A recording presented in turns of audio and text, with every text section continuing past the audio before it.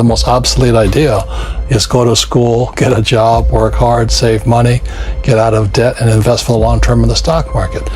See, why would you save money when they're printing trillions of dollars? The gap between the 1% and 99% is massive. You see, it's not just money. You have to step back and look at the bigger picture. So what do you do? In every one of us is a poor person. There's still a poor person inside me. There's also a middle class person, and the middle class persons want security. They want that steady paycheck. And there's a rich person. And they're all inside of us, except that it's not taught. You're taught to go to school, get a job, and get a paycheck. You're not taught to how to get rich.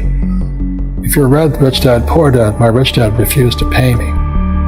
He said the paycheck was one of the most damaging things you could take in your life. He says the moment you take a paycheck, you're an employee, and that's the mindset. So my rich dad never paid me. It drove my poor dad, government employee, nuts. You gotta pay people, you gotta pay people. And Rich Dad was not saying that the paycheck was bad. He says you didn't want to be a slave to money. So as an entrepreneur, if Rich Dad folded, I just started another company. I don't need a paycheck. I don't need anybody to take care of me. If my government doesn't like me, I move to another country because they need entrepreneurs there. So the entrepreneur is not so much the business. The entrepreneur is really the mindset and the skill sets and the different set of rules. You see, I don't operate, small business does not operate in the same rules as big business. Entrepreneur is a mindset first, a skill set, and rules. And depending upon whether you're an employee or a small business, the rules are different. The mindsets are different. The skill sets are different. If you could say one thing to somebody who's never been an entrepreneur and they're thinking about making the leap of faith into becoming an entrepreneur, what could you tell them? Well, I'll just tell them the same thing that happened to me. My last paycheck, I still remember it clearly. It was one of the worst and the best days of my life. And I was in Puerto Rico. I was working for Xerox, and my boss gave me my last, it wasn't a paycheck, it was a bonus check. I think it was about $30,000 taxable. It's the only problem with that. So I got this check and I went, holy mackerel. You know what I mean? So I was excited, but I was also disturbed. And so this other guy comes up to me, his name was John, and John says to me, he says, you're gonna be back. I said, why? He says, because you're gonna fail.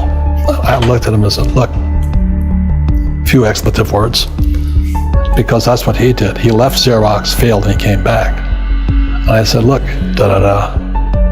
you failed and you came back, but I'm gonna fail and I'm never coming back. And that's the attitude. Do you know what I mean? If you say, well, if I fail, I'll go back to mommy and daddy, then that's what you'll do. So if you fail, that's when I became an entrepreneur, because I had no money. I had no money for years. I didn't have a paycheck. But that's what my rich dad encouraged me to do. He says, when you don't have this paycheck, you get hungrier, smarter, and it's a test of your character. Will you become a crook? Will you become dishonest? Will you cheat and steal? Or will you become a better human being? So really, that's the benefit of becoming an entrepreneur, is you really find out who you are when you don't have anything. So you always have to look at the big picture. Too many people look at, well, what's going to happen to me? When you look at the big picture, you're also going to know that when something bad happens, something good's going to happen. But you got to prepare for whatever is coming. If you think next 20 years will be like the last 20 years, you're going to get creamed. When you and I go to the supermarket and we buy a carton of milk, we always check for the expiration date. But most people do not check for the expiration date on their brains. Instead of get out of debt, I get into debt. I just refinanced $300 million in debt. I went from 5% to 2.5% interest. I made a fortune. Every month, more money comes in because my cost of money has gone down. So while some financial experts are saying get out of debt, I'm saying learn how to use debt. See, when I came back from in Vietnam in January of '73, the first thing my rich dad said to me was go to school to learn how to invest in real estate. It wasn't real estate, it was how to use debt and taxes. Debt and taxes make the rich richer. Debt and taxes make the poor and middle class poor. So all the rich guys who are doctors and lawyers or, those guys, they're getting creamed and they don't know why. Doctors are getting creamed. Oh yeah, they're making more money, but the take home is less. Sure. My doctor just yelled at me. He was happy. He says, "Oh, guess what? I finally made $1 million." And I said, "Yeah, this was just 3 weeks ago." And so I said, "Yeah, well, how much you pay in tax?" He says, $750,000 in taxes. So his net was about $400,000. That's not bad. But when I make $1 million, I keep $1 million. And the reason is because I don't make it by working for money. See, if you work for money, you're taxed. So that's why lesson number 1 in Rich Dad, Poor Dad is the rich don't work for money. What we do instead is we create businesses as entrepreneurs. We acquire real estate.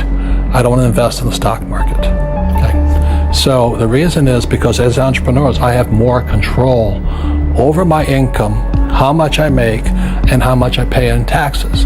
And because I'm an entrepreneur as well as an investor in real estate, I pay 0 tax. So every time I make, let's say, $1 million as an entrepreneur, I immediately invested in real estate and I have a 4-to-1 step up.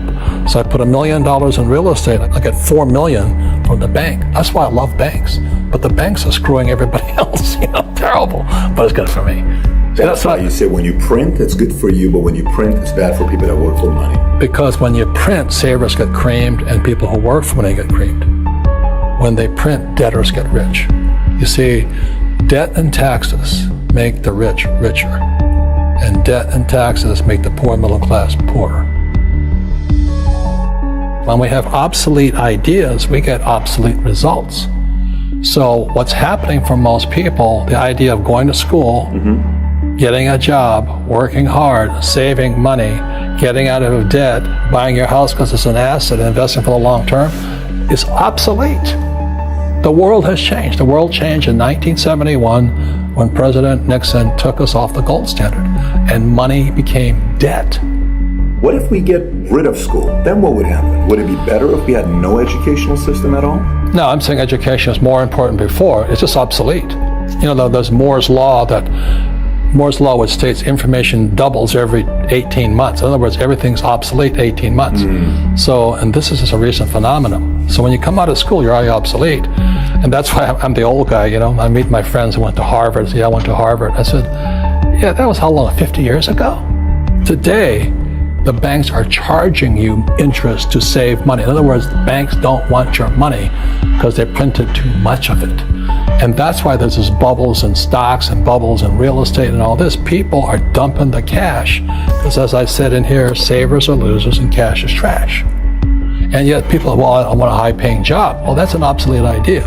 Get out of debt is an obsolete idea. You should learn how to get into debt, how to use debt to get rich, and they'll never teach you about taxes. The reason the 1% is way up here and the 99% are going this way is because when you print money, 2 things happen: inflation and taxes. It's crushing them. And any entrepreneur thinks, I'm just going to make money, I'm going to start a business and make a lot of money, because what we talk about, they really have got to smell the roses, man. That's not what the real entrepreneurs are doing. Most entrepreneurs, there's 28 million small business owners in America. 24 million are what are one-person entrepreneurs. They're called non-employee entrepreneurs. So and that's what happens is when people don't really understand what an entrepreneur does. So most big people are self-employed, but they're not really entrepreneurs. The self-employed pay the highest taxes of all, and nobody tells them that. Yeah, it's also called the entrepreneurial spirit. But what we were actually talking about was there's no such thing as a bad economy. There's externally, you and I, we all have an external economy, but we also have an internal economy. And the willpower is to change our internal economy. So for me, I can see the good and I can see the bad. I don't really give a damn because I'm going to be rich anyway. But a poor person with a poor personal economy, all they're going to see is a bad economy because they don't know how to make money in any economy. And a middle class person, they have a middle class economy. What they want is a nice house and a steady paycheck and the job and the car. And so when you take their job away, to them, that's disaster. Well, since an entrepreneur doesn't have a job anyway, it's no big deal. So all I'm saying to people, and it's what Bucky Fuller taught me, is always two sides, you know what I mean? Unity is plural, at minimum two. So if you think the economy is bad, it's because your economy is bad. If you think that steady, employment is important, then you'll see an economy without jobs. Your economy versus the external economy. What you control versus what you can't control. I can control. Yeah, it's called an internal focus versus an external focus. So the real entrepreneur has an internal focus that if they fall down, they say, "Oh, this is good because I'm going to go up higher." The average person will fall down and say, "Oh, I'm going to take some Prozac," or somebody has a mistake. So, "Oh, the mistakes don't matter." Well, mistakes matter. It means you didn't know something. But a real entrepreneur, whether they fall down, they always can go up. They can stand back up and go higher. That no matter what happens to them, they get stronger and better and smarter and happier. But a person with a weak internal mindset is that they're so afraid of what happens, it generally happens. Like, people who are afraid of losing their jobs, they generally lose their jobs. You know what I mean? Yeah. So everything comes through you. Yeah, so the entrepreneur first job is to control inside here, not outside there. The moment you take that paycheck, you're an employee. You've got to be stronger than that. It's about inside control.